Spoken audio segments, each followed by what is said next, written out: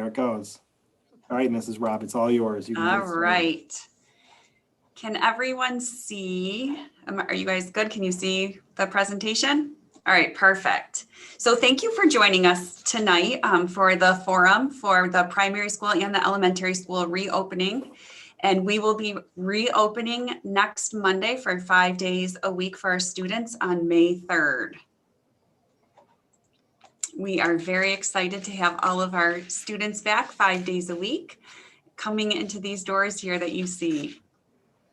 So tonight, we're going to talk specifically about some of the reopening plans at the primary school and at the elementary school, and then we'll end with any questions that you may have, and we'll answer as many as possible. And perhaps we may have to get back to some of you with some of the questions if we don't have those answers today.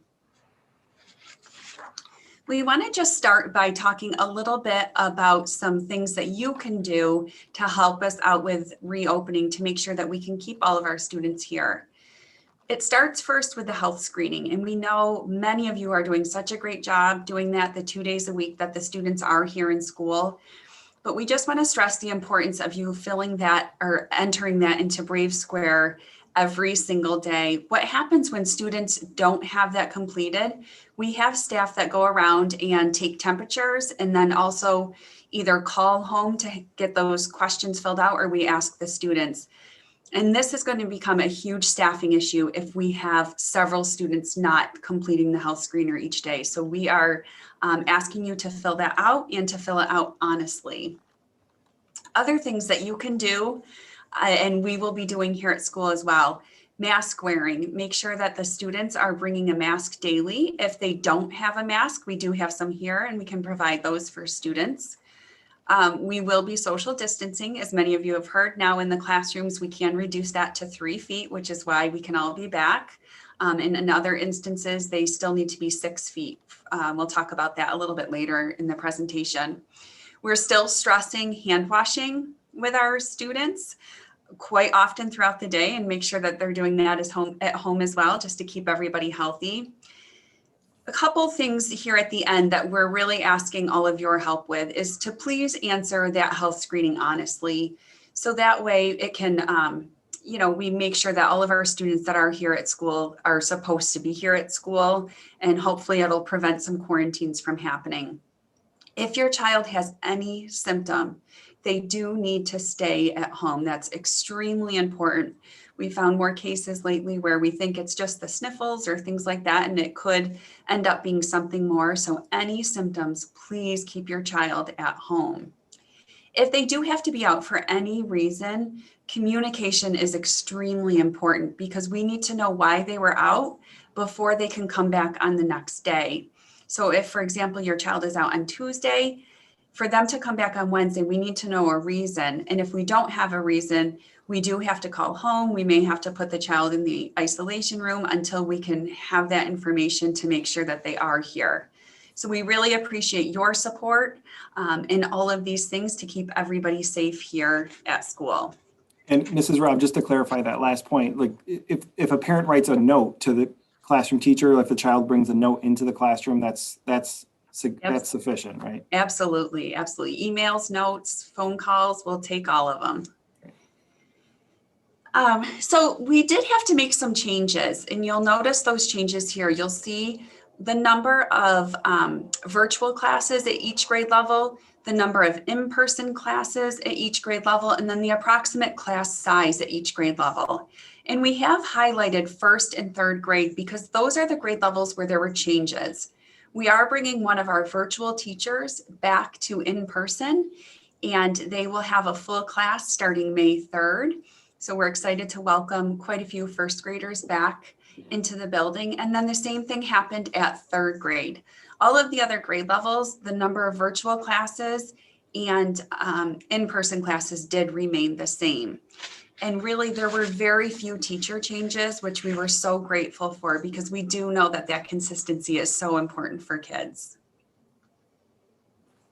All right, I'm going to talk about breakfast and snack. So breakfast this school year will be eaten in the cafeteria, and that is that's important to note that we are changing this. So far this school year, a lot of students are grabbing breakfast from the cafeteria if they eat breakfast here at school, and they bring the breakfast with them to the classroom. And so this school year, that is different because students will be getting off the school bus and we'll be encouraging kids to go right to the cafeteria to eat breakfast. So that is a little bit different. Something else to talk about is snack. And so snack is a hot topic because a snack is typically eaten in the classroom. So I kind of want to go back to a couple of slides ago where Heidi was talking about the importance of social distancing, mask wearing, and hand sanitizing and washing our hands. So in school, students will be socially distanced at 3 feet apart. They will be wearing their mask at all times. They'll be trying to wash their hands more frequently and hand sanitizing. But two of those things are hard to do when we're eating. One of those things is wearing a mask, right? Students can't wear a mask if they're eating. And students, when they're eating, should be 6 feet apart and not 3 feet apart.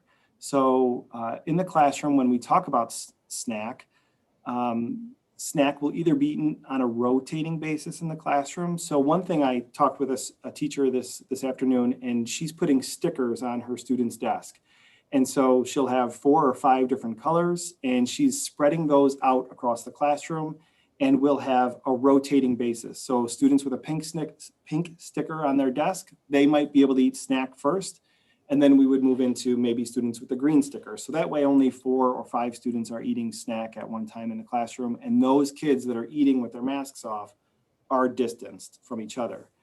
But some teachers might choose, instead of doing that, they might choose to bring their students to the cafeteria. If they're eating snack outside of the lunch times, the cafeteria will be open and they can eat there. Another thing that's great is some classrooms will be eating snack outside because the weather's getting nicer and we can spend way more time outside. So, and one other thing is some classrooms have that ideal snack time or that ideal lunchtime where they're eating lunch at 11:45, and so sometimes in classrooms where they're eating lunch at 11:45, they don't have snack because the teacher has never had snack in the class at that time because that is an ideal lunchtime. But some kids eat lunch a little bit earlier or a little bit later. And so in those classrooms, teachers will be trying to figure out a snack routine in the classroom.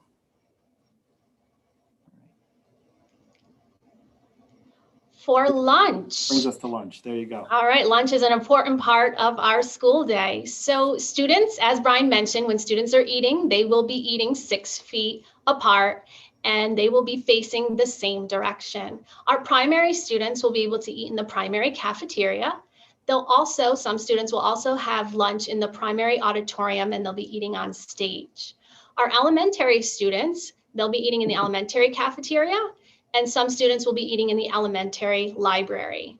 We want you to know that the eating spaces will be cleaned regularly between student use because that's incredibly important. We want our students to be safe. Students will also continue to have recess. It's such an important part of their day.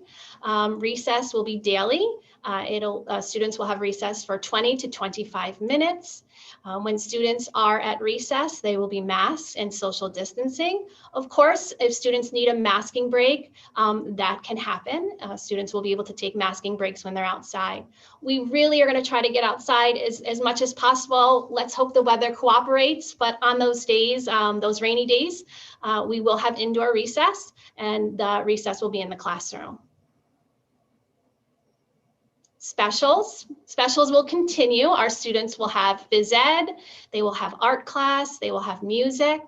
And so in the primary school, our students will have phys ed class in the primary gyms or outdoors. Art class will be held in the art classroom, and music will be held in the music classrooms. On the elementary side, physical education classes will be held in the large elementary gym, the small link gym, and outdoors. Let's hope for great weather so we can get outside as much as possible. Art in the elementary side will be held in the classroom. So art will come to the kids, and we're calling that art on a cart. And music, most music classes will continue to be held right in the elementary auditorium. Technology is an important part of the student's day, and so we do have some important information regarding student devices. UPK students, grades 1, 2, and 3 will be able to keep their devices at home because they have access to a device right in the classroom. Grades 4 and 5 should listen, those students should listen closely to their teacher. Their classroom teacher will provide specific directions about bringing their Chromebooks back and forth between school and home. Now, our kindergarten students, it's important. Our kindergarten students will need to bring their device and charger back to school with them when we reopen on May 3rd.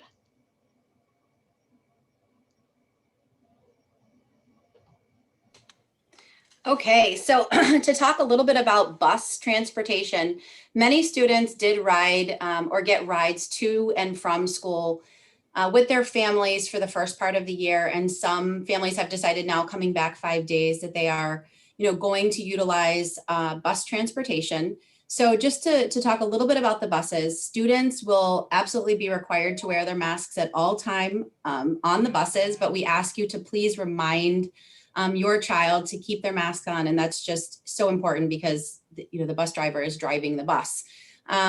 We are seeing that buses are going to be more full now that we have all students coming back. So they will still, have space between them, but it will be important that the students are keeping their masks on. When we think about if you're changing from being a pickup student or a drop-off student to needing bus transportation, and you have not received any information yet, we do encourage you to call the bus, to call the transportation department, and we've highlighted the number there down below. They can tell you anything that you don't know yet. Hopefully, they are reaching out and letting you know about the bus number and time that your child will be getting picked up and dropped off. But if you have not heard yet, please call transportation. Another thing that is important to know is due to COVID, right now, we are really trying to limit how many buses students are riding on. And so right now, it's really students can take the school bus from school to daycare, get dropped off at daycare or be picked up at daycare and brought to school and home.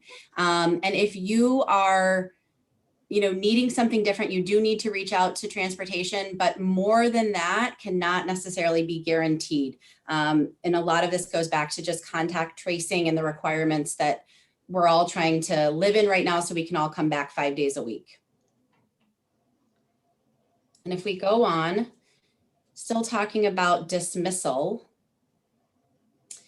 So many of you are aware, we have been dismissing our primary school students off of West Gibson at the primary link, and you can see that in the first picture there, and that will remain the dismissal location for students in grades K and 1 and students in 2nd grade that have siblings, younger siblings.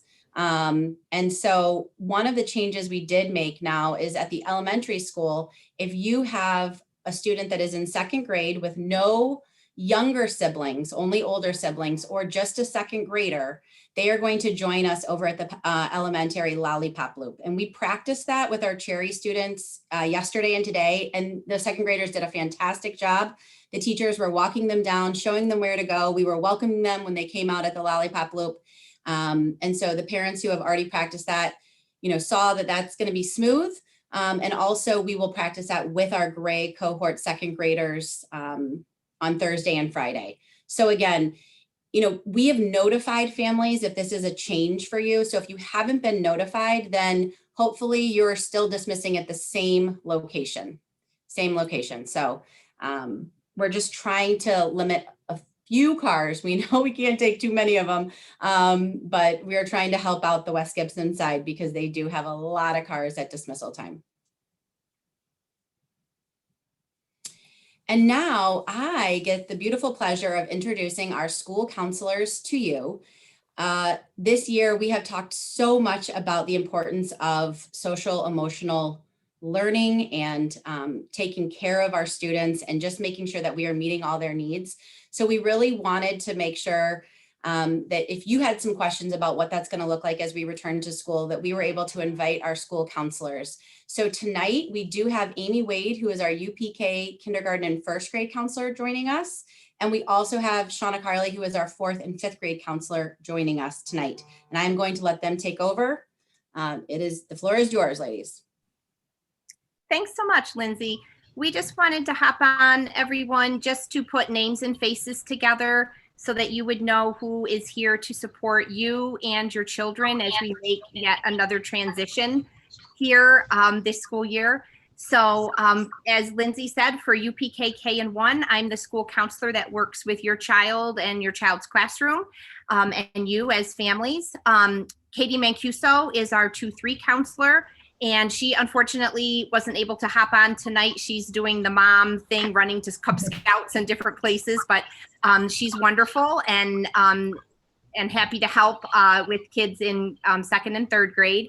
And then Shauna Carley is there to help with 4th and 5th grade kids and families as our wonderful school counselor for the older students. So we just really wanted to give you a chance to see quickly names and faces and to let you know that we are here for you and your kids as we make this transition to help in any way that we can.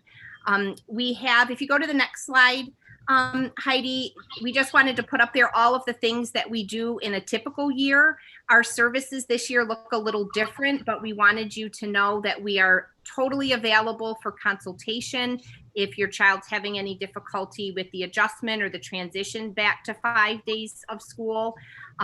We're happy to talk with you by phone or message back and forth, email, any of those ways to communicate with you all. This year, we're really seeing kids individually if they need a little extra help at school because we're not able to do groups and mix kids from different classrooms as easily as we, do in the past. And we don't go into the classrooms like we typically do in a normal year. But we are definitely here to support and help in any way that we can. We can certainly be here to answer questions tonight, or you're welcome to contact us. So Shauna, anything to add from your end about why we're here and what we do? Well, honestly, Amy, I think you covered that really well. I was just going to say that some of our services do look a little bit different, but that I'm repeating you, but we definitely are here for you. Please don't hesitate to call or email or send a Brave Square. And this may come up in questions, but so I'm going to jump the gun a little bit here, but please know that any sort of changes you see in your kids moving forward into next week, absolutely natural. And we're already seeing a little bit of changes in some kids, and that's okay. It's an adjustment period. It's practically like the beginning of the school year again. So I think I'm good. Thank you, Amy, for speaking so eloquently. You bet. So again, families, we're here to help in any way that we can. We're going to stick on here for the questions portion if there's anything that we can help with. And if I can just add, I just want to say before we jump right into that Q&A part, this is really an exciting time, and I'm excited about this change that's coming up. But with any change, there is like a level of nervousness and worry that comes along with it. I was having a conversation with a family about this and just saying how I'm excited about this change, but I have to say I'm also a little nervous. There's just so many big things that we've talked about and had to change, and moving from, eating lunch in the classroom to eating lunch in the cafeteria is something that is a big change for a lot of kids. We might think, well, that's not a big change, but that is, it's a big change. So I'm nervous. And if I'm feeling a little bit nervous as an adult, I can't imagine how some of the kids are feeling. And I think that is completely natural. And that's really why we wanted the counseling staff here. We were just so fortunate to have such wonderful counselors, and we're going to all get through this part together, and we'll try to make it the best celebration that we can. So with their help, we can definitely do that. I know we can. So I don't know who is going to introduce the Q&A, but since I'm already talking, I might as well just go. Everybody who is in this, who's watching, you have an opportunity to type in the chat, you can type in the Q&A section. And that's really, if you look at the Q&A section, that's where we're going to be looking at questions as they come up. So they're coming in for sure right now. So we're going to really try to answer as many questions as we can now. We'll probably go until I would say about 6:45, 6:50, answering as many questions as we can. After that, we'll try to answer any questions that are remaining via email or putting out some communication for any questions that are remaining. And also know, I did, at the very beginning, I did get a few people who asked for that passcode to join this meeting. And that's tough. I feel bad because it sounds like one of the links that we sent out at the very beginning worked great, but a second link that we had sent out, if you click that second link, it asked for the passcode. I tried to message via Brave Square to as many people that were asking for it as I could. It wasn't too many, but this meeting is being recorded, so we'll try to share this meeting itself too with folks after this. I'll just start with the first question, and maybe Lindsay, you can help answer this one. By adding the second graders to the lollipop loop, how will that impact traffic and crowd control? I think it's a great question. We were very fortunate that this week we've tried it now yesterday and today with adding second grade.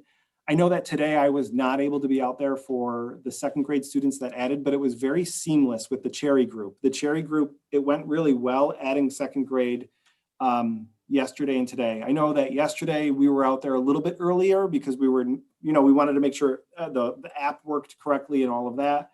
And things, I'm knocking on wood, things seemed to go pretty seamlessly yesterday. And I noticed today it did as well, right, Linz?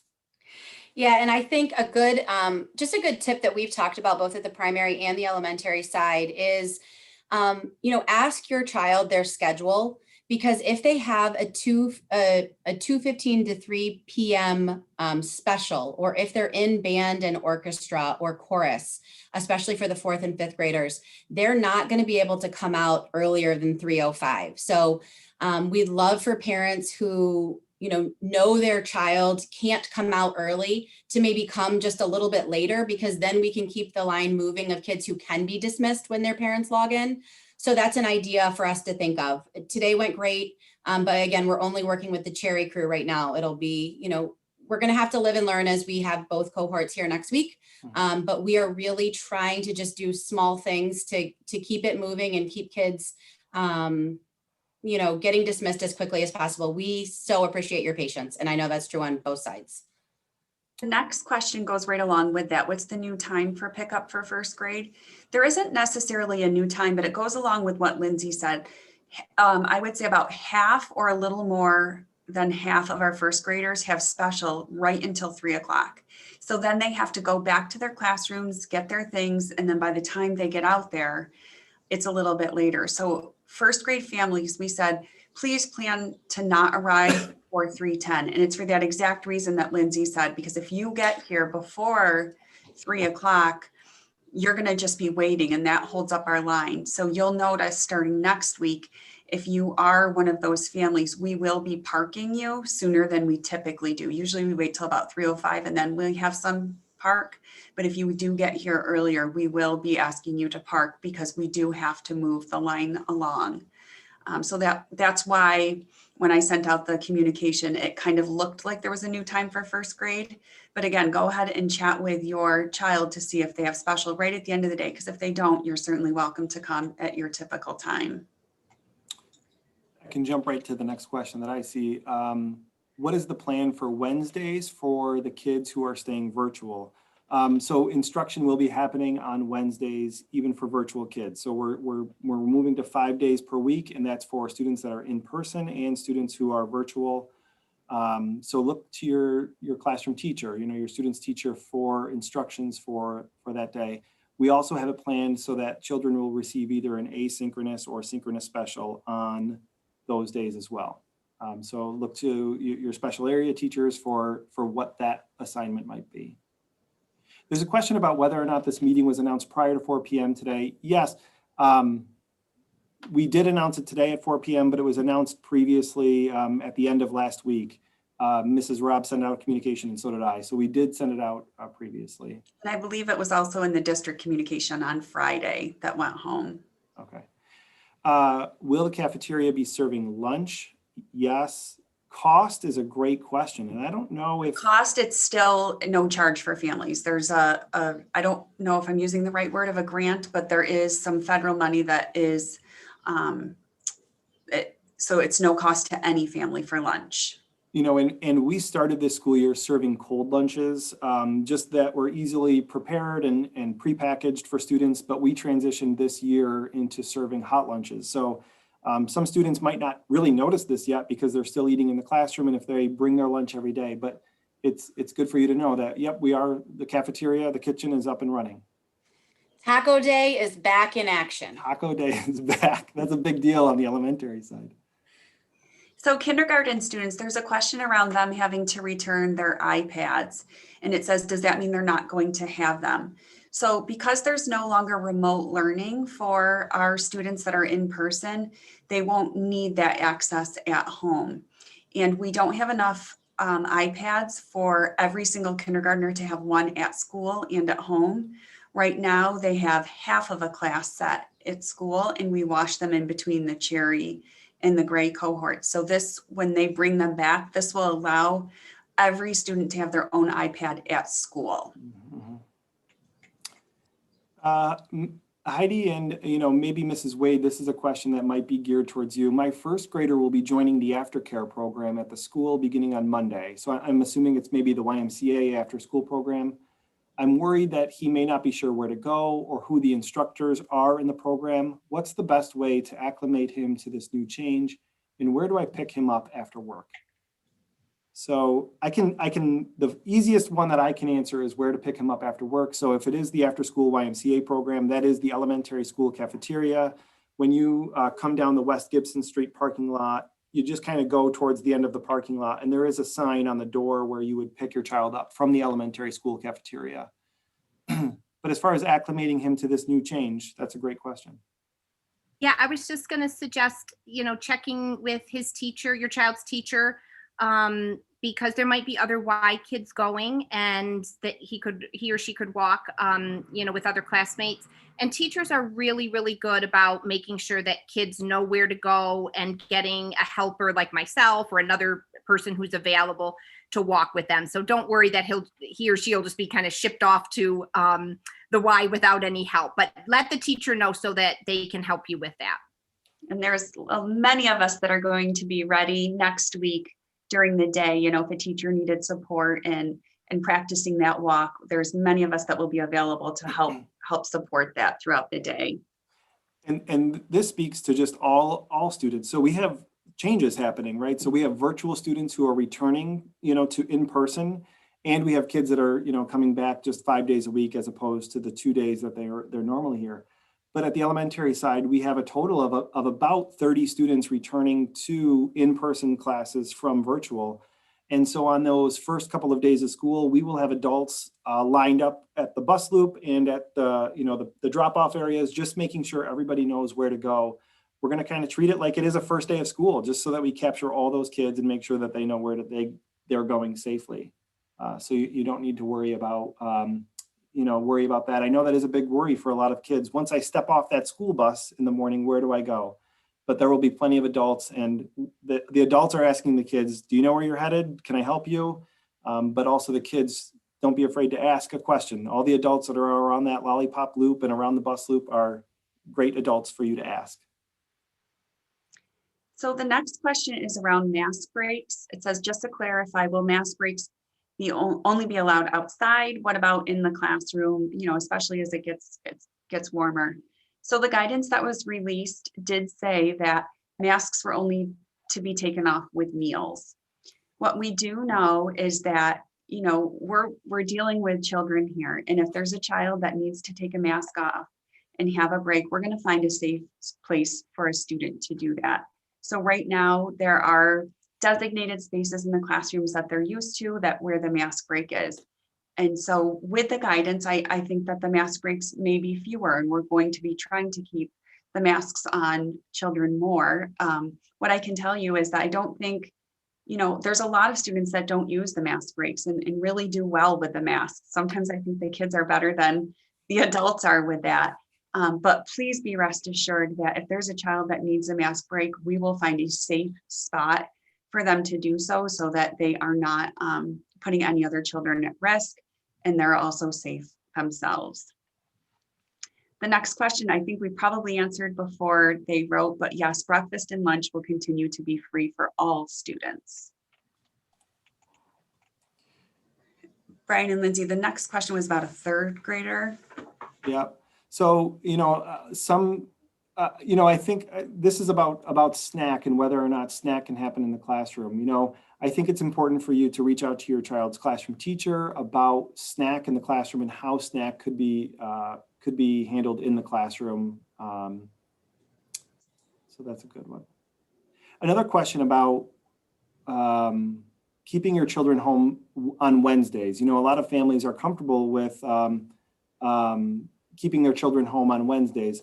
Unfortunately, it's not an option. We are returning 5 days a week, and so teachers will be here teaching students 5 days a week, and so that will continue where students are.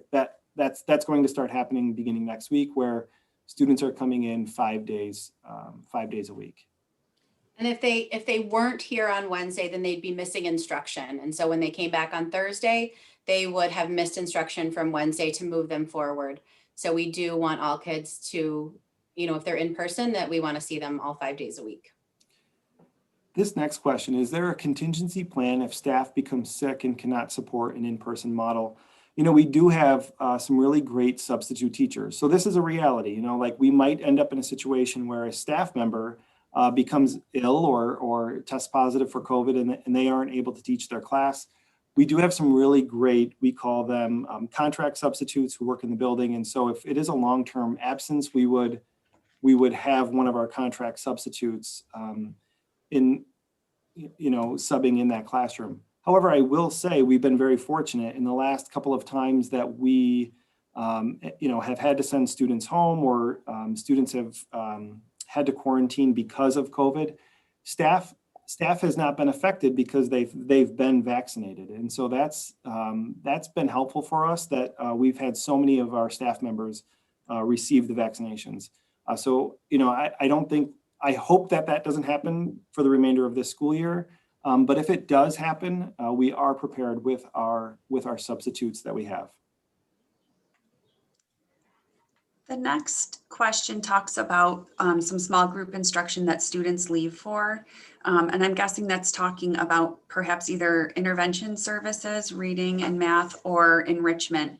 And it is talking about mixing cohorts of students. So by and large, the students at the primary and elementary schools are staying in their cohorts, and their cohorts are their classrooms. There are some exceptions to that for students that may go to enrichment or get some intervention services or some music. I know at the elementary, I can't speak specifically to that, but when possible, we are really trying to continue to keep our students in cohorts so they're not mixing, but there will be times, I know primary enrichment is an example of that, and some other occasions where students from different cohorts will be mixing. And I think that that's what's most important around that is hand washing, masking, keeping social distance to make sure that we are keeping everybody safe. I'm trying to pull up the app right now. So someone's asking, what is the app that we use for, and I'm going to see if I can do it. What is the app that we use for the health check link? I'm going to try to share show my phone here. Can you even see it? But it is the Brave Square app. And then at the bottom, every day, staff and students have to click this. And so we did share, if you have an iPhone or an Android smartphone, if you go to your app store, the name of the app is called Brave Square, and it is owned by Parent Square. That's the name of the app that we send a lot of communication via Brave Square. And so if you don't have the Brave Square app, really encourage you to download that app on your phone. Heidi showed a picture of it. I don't think it's showing really well on mine when I show it on the screen, but it's really important to have that app because that's where a majority of our communication comes from the school. And that's also the spot where you would do your health screening. And lastly, if you need the app for pickup, please contact the office. We can send that app out to you. Give us a call in either of the main offices. If you're looking for that school dismissal manager app that we use at either the West Gibson lot or the Lollipop Loop for dismissal, reach out to us and we can send you that link to that as well.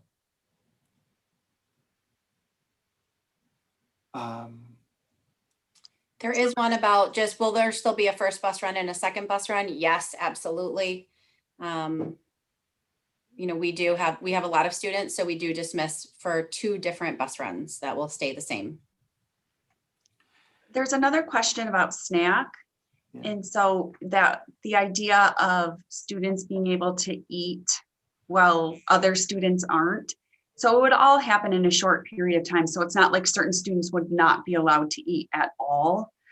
You know, they would just have a certain time and it would rotate. And the question also talks about, are we sure that that's safe? And so that's not a decision that the school district made. That was made with Ontario County Public Health. And so everyone there agreed that that was a safe choice and that that would be okay for schools. And I know, you know, all the schools in Ontario County got the go ahead for that plan. So we certainly would not do that if we didn't think it was safe. This next question is maybe more primary geared, although there are some elementary school classrooms that are doing this, offering brain breaks, but also songs with dancing and movement in the classroom. I know that that's so important at the primary side. And yes, so many of those brain breaks and songs with dancing and movement that happen in the classroom, the students are stationary when they do those. They always have been stationary for the most part. Kids aren't moving about the room and things like that. So I really do think, you know, if your classroom teacher is offering those, that could continue for sure. Did we answer this question? What is the order of dismissal in terms of kids who take the bus, get picked up, or go to after school care?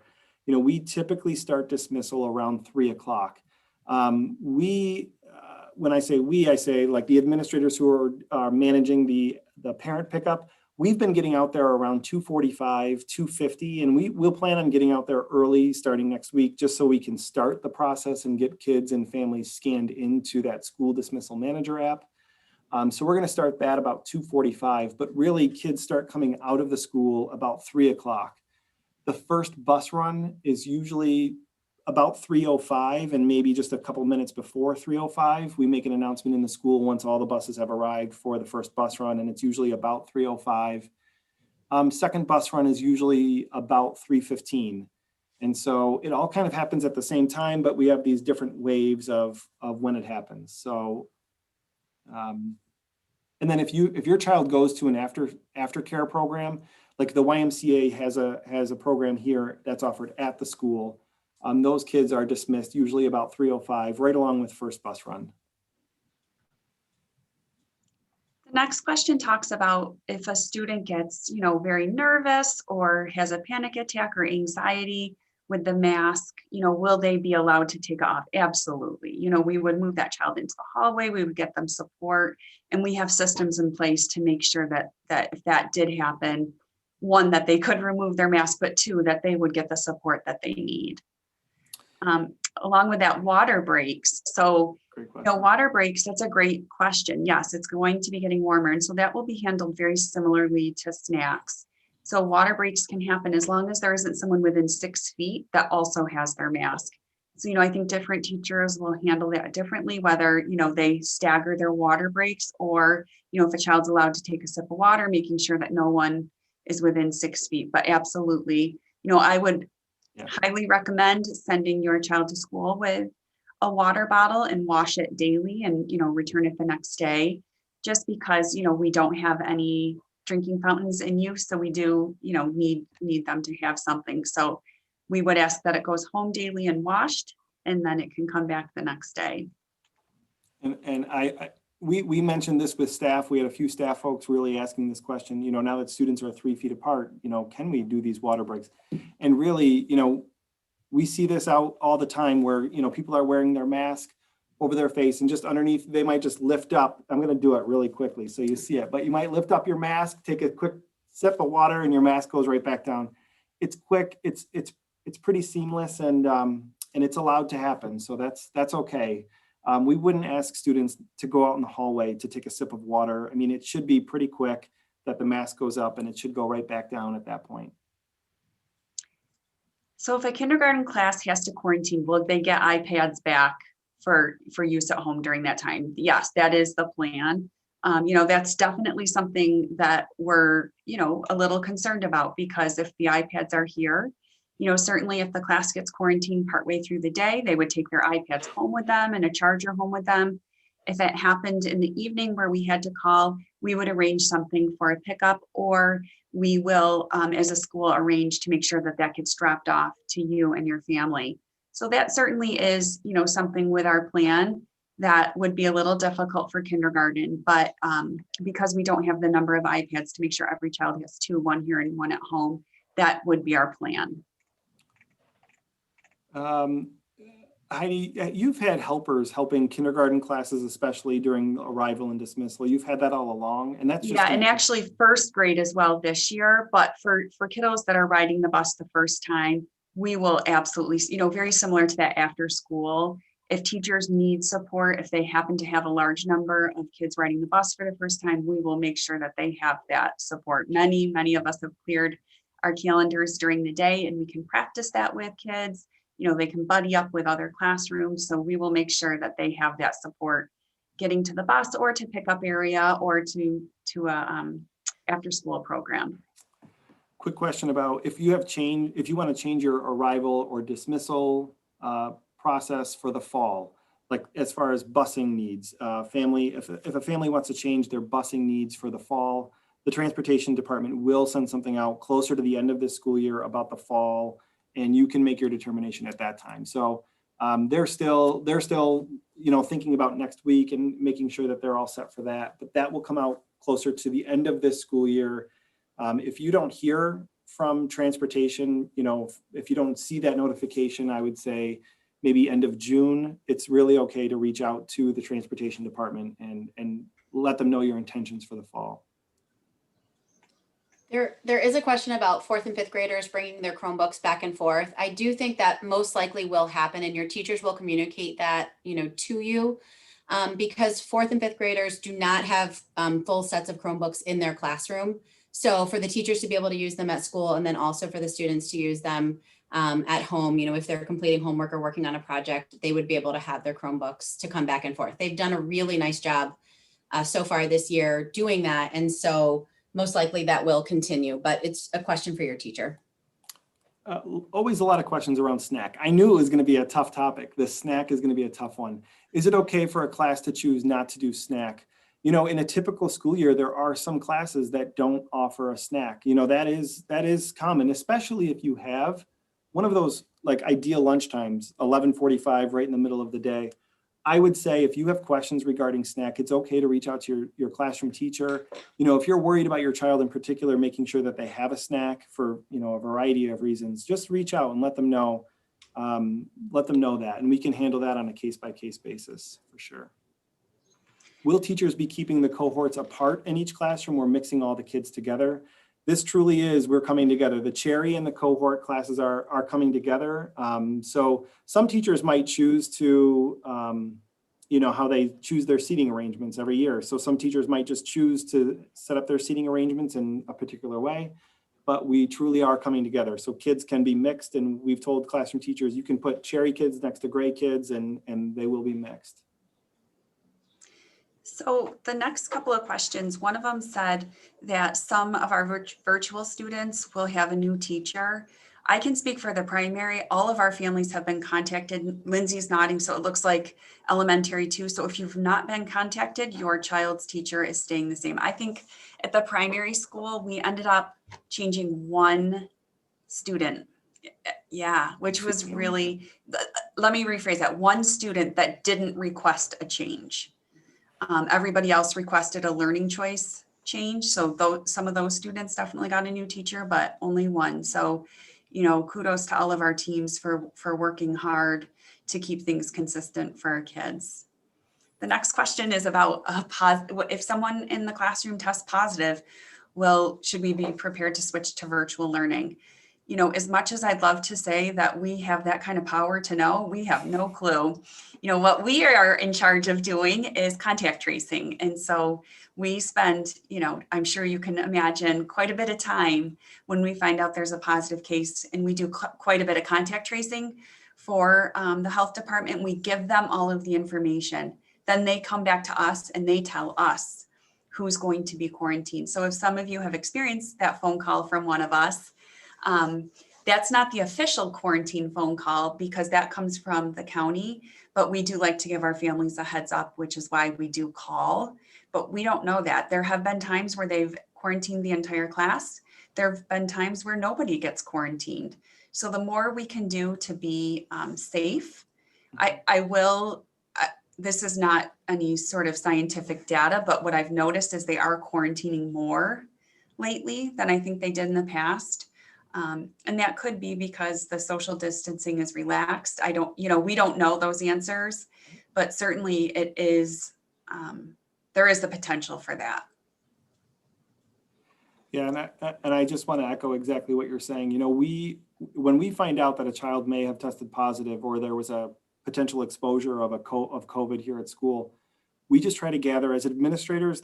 We kick into high gear and we gather as much information as we can about from the classroom teacher and even the person who tested positive. What were those masking behaviors of that person? What was their social distancing like? Who was around them? What is the seating chart in the classroom?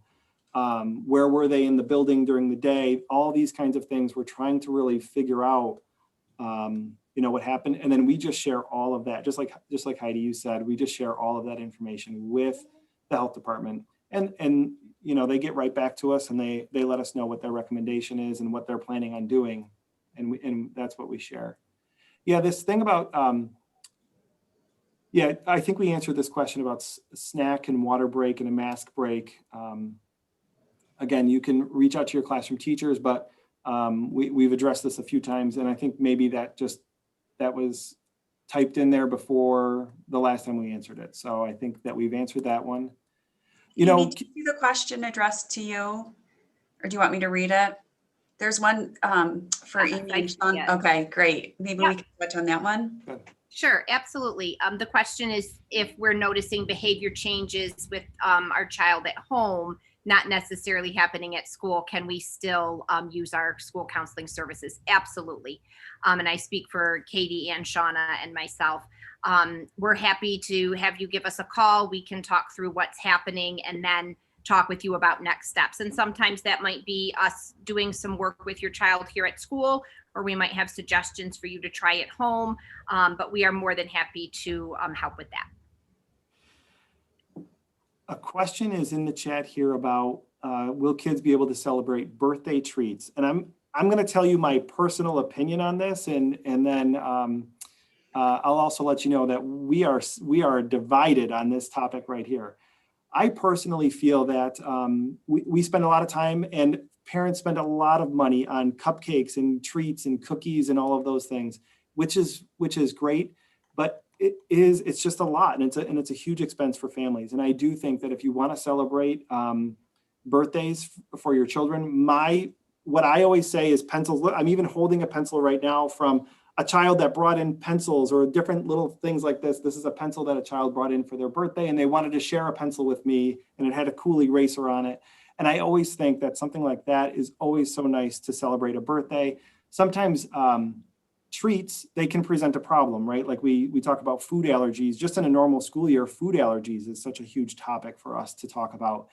And now in the world of COVID, that can be a challenge as well. So, talk to your classroom teacher, ask your classroom teacher, but we really as an administrative team are going to stand behind the decision that is made at the classroom teacher level. And I will say that some of our computers just now typed up that we need to reboot. And I think that's exactly what happened to Mrs. Lazenby just now, is her computer had to reboot and she didn't have a choice. She wasn't able to snooze it. So Mrs. Lazenby left us.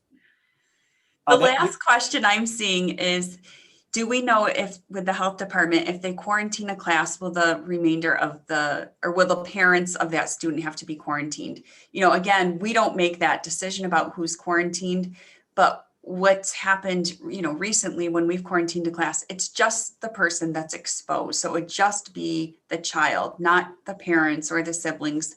So right now we have, you know, children that are quarantined, but their siblings can still come to school. The county will be contacting you throughout the quarantine and asking, you know, are there symptoms? And then if there are symptoms, that's when they would quarantine additional people.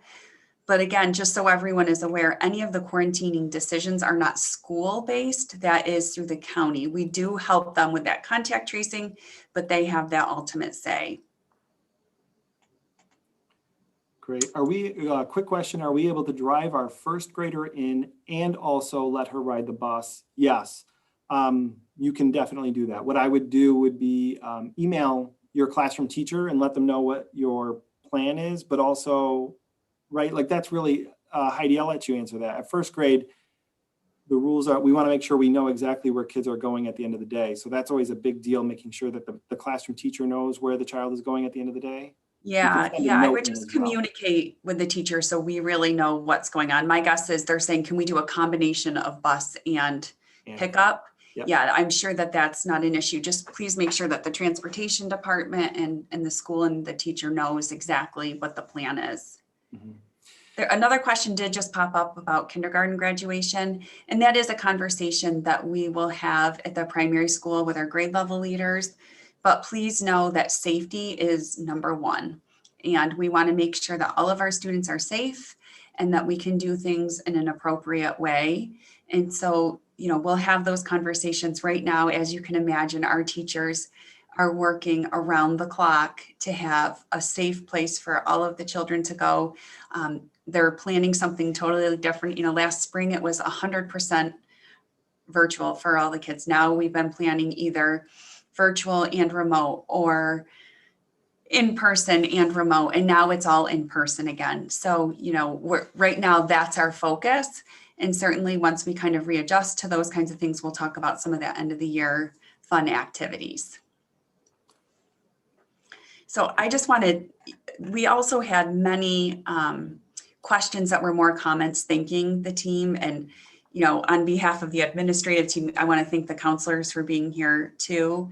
You know, I just think it's wonderful. And, you know, to all the families out there and to all of our staff, this has been a tremendous undertaking and we cannot wait to welcome the students back. And, you know, thank you to all of you for taking the time and for just your patience as we do this. I don't know if anyone else, Brian, did you want to add anything else? I agree. And I just want to say, Mrs. Lazenby just texted and she said, darn, I really wanted to say good night to everybody and I feel the same way. I just really appreciate the counseling staff. It's just great to see your faces. And I know that some of these kids who are returning from virtual to in-person, they miss the faces, you know, and seeing people, you know, in person. And so it's just nice to see. Bye. So we thank you for. Before we sign off. Go ahead. No, I just wanted to say there was one more quick question popped in, and that was whether or not there was going to be fifth grade visit to the middle school. Oh, that's a great question. That actually came up with our fifth grade. Good question. That came up with our fifth grade. I just see that now. Fifth grade level leader asked about that. We are trying to plan something with the middle school, and it might make sense for us to do something on Wednesdays for that because middle school won't have as many students in the building on a Wednesday. So we are definitely having conversations about that. Great question. For anyone that didn't get to see this, if you wanted to let people know that we are recording it and we will send it out to families so that they can get this information. So thank you all. Have a great night. Bye, everybody.